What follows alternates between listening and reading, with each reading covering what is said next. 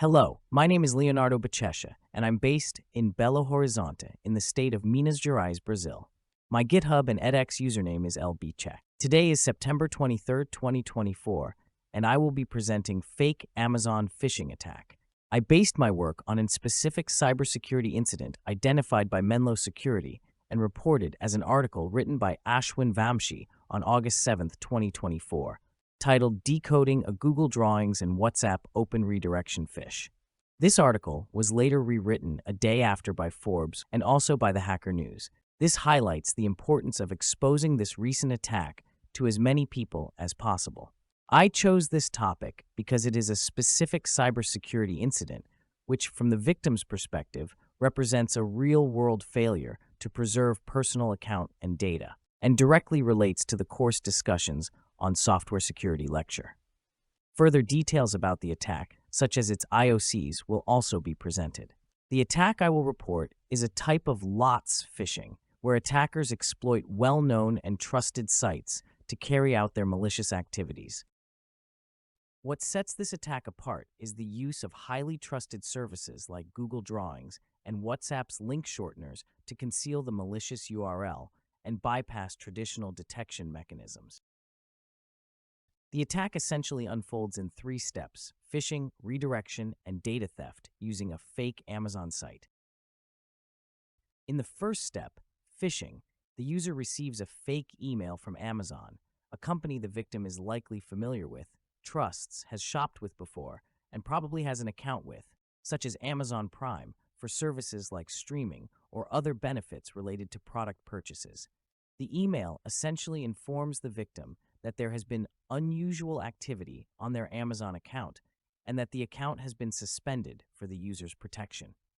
The first tactic in this phishing attempt's social engineering is to instill confidence in the user, making it seem like everything is under control.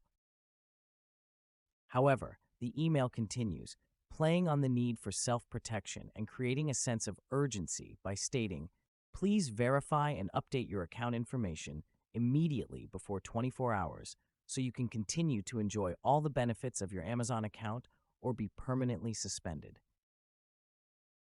Further down, the email shows an access button that supposedly leads to the Amazon website. However, this button is actually a Google Drawings image with a link, and this link is made up of 2 URL shorteners. The first part of the link is formed by WA link, a shortener used for connecting WhatsApp business profiles, but in this case, it is used only as the prefix of the link. Added to it is the link of another shortener as an extra layer of security to hide the malicious URL. If the victim doesn't suspect anything and clicks the link, they are directed to the fake Amazon login page where the third step of the scam begins, and the data theft process is initiated. First, the victim enters their Amazon credentials, and it doesn't matter if they are correct or not, because the goal is to steal the user's credentials. Next, if the victim continues to use the fake site, the fake verification process begins, where the victim is asked for security checkup information, such as their mother's name, phone number, and date of birth.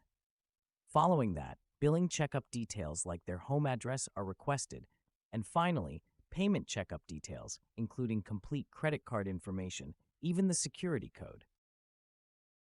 Finally, on the last screen of the process, the verification is concluded. However, at any point in this process, even if the victim doesn't finish the fake verification, all the entered data has already been stolen. Once the victim completes the verification, they are taken back to the login page, but this same page no longer works. And that's when the victim realizes something is wrong. As we've seen, this phishing scam is highly sophisticated. It starts with social engineering, utilizes highly trusted services in the creation of the link that go unnoticed by the browser, and sends the user to a malicious site that steals their Amazon credentials, personal data, address, and even their credit card number. With all this data in hand, the damage to the victim is incalculable. After reading the article, I had the following question: why is the QR.co shortener being used, given that this prefix is widely rejected and triggers warnings in modern browsers? So I contacted the article's author, Vamshi Ashwin, and this is what he said. Interestingly, the WhatsApp URL shortener is appended with another URL shortener, QR code, which is a URL shortener service for dynamic QR codes.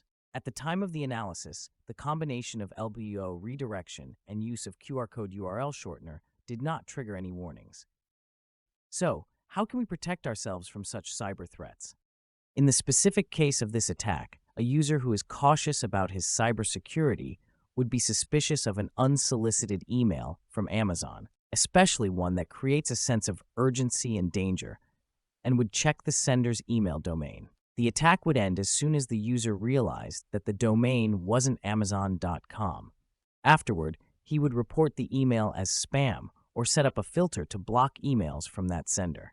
Just to be sure, the user could also go directly to Amazon via http://www.amazon.com and confirm that everything was fine with his account, or even contact Amazon to report the incident. However, if the user didn't check the sender's domain, but instead hovered over the links in the email, he might notice that the link redirects to Google Drawings or WhatsApp, depending on how the HTML was set up.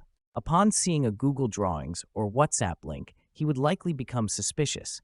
Why would Amazon send me a Google Drawings link or a link disguised with a shortener? With this red flag in mind, the user could check other emails from Amazon and realize that all Amazon emails always contain direct links to the website with prefix http://www.amazon.com without any involvement from Google Drawings or URL shorteners. At this point, if the user was still curious and clicked on the unknown link, he would be risking access to a malicious link, which could either inject malware into his computer or lead him to a phishing site. But let's assume our user has taken all precautions, such as using a computer that can be compromised without worry, perhaps using virtual machines or a more secure operating system like Apple's. In this scenario, the user would be redirected to the malicious site, and he should notice that the domain isn't the same as Amazon's, http://www.amazon.com, but something entirely different, as previously mentioned, and decide not to proceed.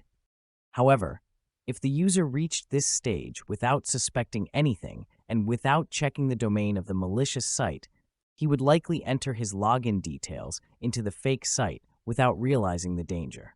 But if the user were more detail-oriented, he might notice that the page contains sections like billing and payments and ask, why would Amazon ask for my credit card if I'm not making a purchase right now?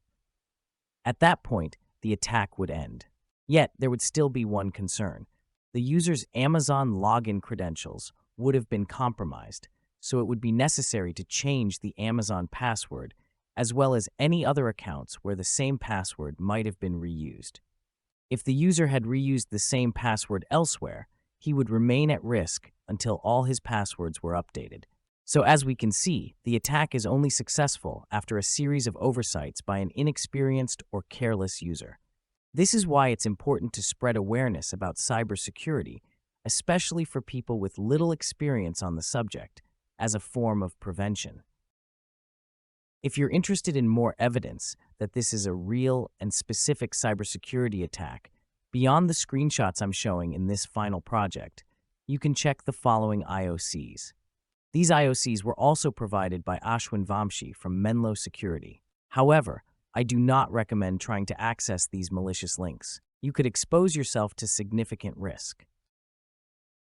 This phishing attack cleverly exploits trusted services like Google Drawings and WhatsApp's URL shortener to mask malicious links, luring victims with a fake Amazon email that creates a sense of urgency. By using open redirection and URL shortening techniques, the attackers conceal the true destination of the link, leading unsuspecting users to a fraudulent Amazon login page designed to steal sensitive information such as credentials, personal details, and credit card data. The attack's sophistication lies in its ability to bypass traditional security mechanisms while manipulating the victim through social engineering.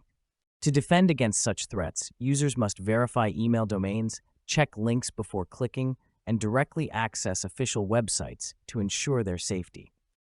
This was CS50 Cybersecurity Final Project. Thank you.